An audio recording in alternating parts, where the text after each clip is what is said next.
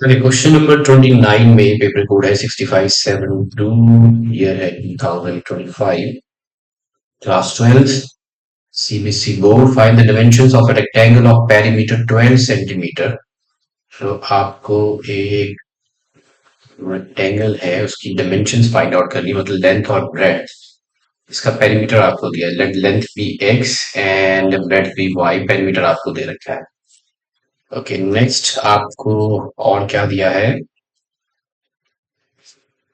It will generate maximum volume when swept along a circular rotation, keeping the shorter side fixed at y axis.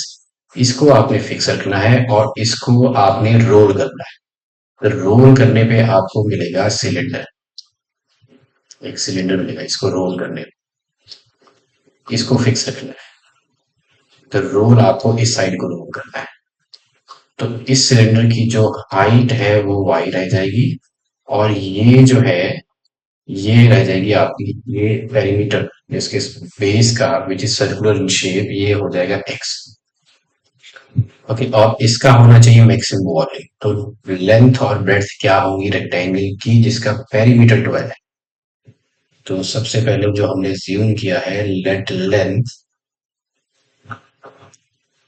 And breadth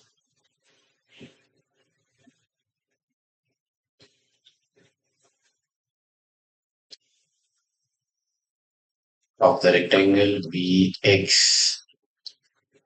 and y respectively.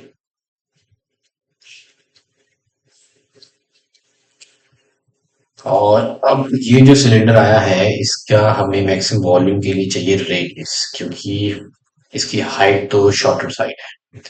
And R we radius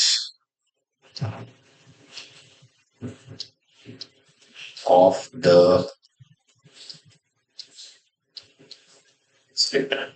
okay, ये हो गया। सबसे पहले use करते हैं perimeter का। Perimeter आपको दिया है 12, तो 2 इंटू लेंथ प्लस ब्रेड्थ आपको दिया है पेरीमीटर। वॉल्यूम का हम फंक्शन बनाएंगे in terms of X. Okay, तो x plus Y is equal to रहेगा 6 + 6 = 12।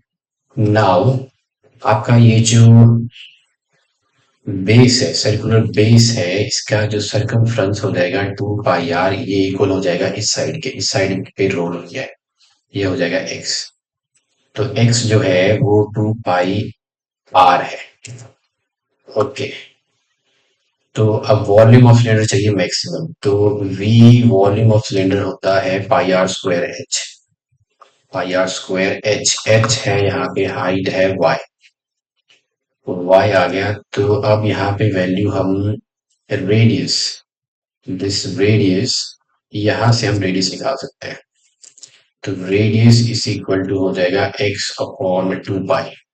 तो रेडियस की जगह पाई, आर रेडियस हो गया x/2 pi the whole square.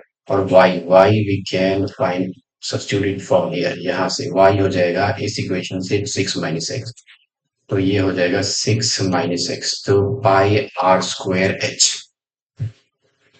ये हो गया आपका वॉल्यूम। इसको थोड़ा सा सिंप्लीफाई करते हैं, तो this becomes pi into this is x² / 4 पाई² एंड दिस इज 6 - x। ये v इज इक्वल टू हो जाएगा 6 x² - x³ / 4 पाई। ये है वॉल्यूम। सो वॉल्यूम से नाउ वॉल्यूम अब आ गया फंक्शन, ये वॉल्यूम फंक्शन है इन terms of x. So 6 x² - x³ / 4 pi. Okay, अब इसका निकालते हैं। फॉर मैक्सिमम वॉल्यूम के लिए हम देखते हैं एक्स की वैल्यू क्या हो, और फिर उस एक्स की वैल्यू के लिए चेक करेंगे कि ये वॉल्यूम है, मैक्सिमम है भी या नहीं। तो उसके लिए निकालेंगे first order derivative should be equal to 0। Okay, first order derivative 1/4 pi है कांस्टेंट, 6 x² का हो जाएगा 12x minus 3x² is equal to 0। इधर हो जाएगा, ये उधर चला गया, तो 12x - 3x² is equal to 0। x ले गया common, this is 12 - 3x is equal to 0। So इधर x इज इक्वल टू 0, जो कि नहीं हो सकता। So 12 minus 3x is equal to, which gives me 3x is equal to 12 and x is equal to 4. तो x है 4. अब check करते हैं जब x 4 है